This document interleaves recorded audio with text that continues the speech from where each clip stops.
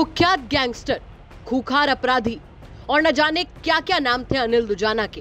कहते हैं कि अनिल दुजाना को आतंक का दूसरा नाम कहा जाता था। लोग थर्राते थे उससे। उसके आतंक का अंदाजा आप इसी बात से लगा सकते हैं कि पुलिस जब भी पेशी के लिए अनिल को कोर्ट लेकर जाती थी तो उसे बुलेट प्रूफ जैकेट पहनाकर लेकर जाती थी। लेकिन क्या आप जानते हैं कि जिससे पूरा यूपी, दिल्ली, एनसीआर, हरियाणा कांपता था, उस अनिल दुजाना की शादी की कहानी ऐसी है जिसे सुनकर ऐसा लगेगा कि अगर इस पर फिल्म बनाई जाए तो सुपर डुपर हिट जाएगी। मेरठ में यूपी एसटीएफ से हुई मुठभेड़ में जिस अनिल का एनकाउंटर हो गया, चलिए उसके शादी से जुड़ी वो रोचक कहानी आपको सुनाते हैं। मेरठ में यूपी एसटीएफ के साथ एनकाउंटर में मारा गया अनिल दुजाना, उसके जराइम की दुनिया की यूं तो तमाम कहानियां सामने हैं, लेकिन अनिल दुजाना की शादी की भी एक अजब और गजब कहानी है।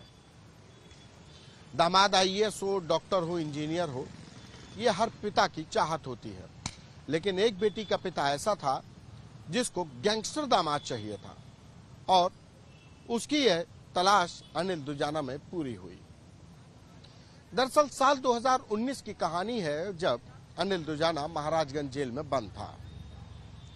महाराजगंज जेल में बंद रहने के दौरान ही बागपत के रहने वाले लीलू ने अनिल दुजाना को अपना दामाद बनाने का निर्णय लिया और फरवरी 2019 में अनिल दुजाना की लीलू की बेटी पूजा से सगाई तय हो गई।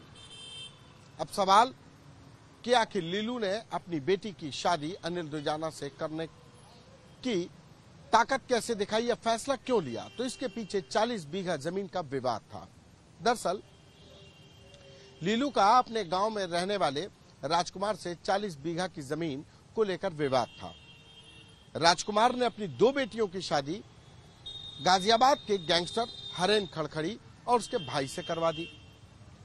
दामाद जब गैंगस्टर हो गया तो पता चला कि उसके बाद राजकुमार का गांव में दबदबा बढ़ गया और गैंगस्टर दामादों के दम पर वो लीलू को परेशान करने लगा और तब लीलू ने निर्णय लिया कि वो राजकुमार के गैंगस्टर दामाद हरेन खड़खड़ी से बड़े गैंगस्टर को अपना दामाद बनाएगा और उसकी तलाश अनिल दुजाना के तौर पर पूरी हुई। और अनिल दुजाना से उसने पहले, जब वो महाराजगंज जेल में बंद था, तो पहले बेटी की सगाई की और जब वो जमानत पर जेल से बाहर आया तो उसकी शादी करवा दी। तो ये थी अनिल दुजाना की शादी की रोचक कहानी। यूपी तक में दीजिए मुझे इजाजत। नमस्कार।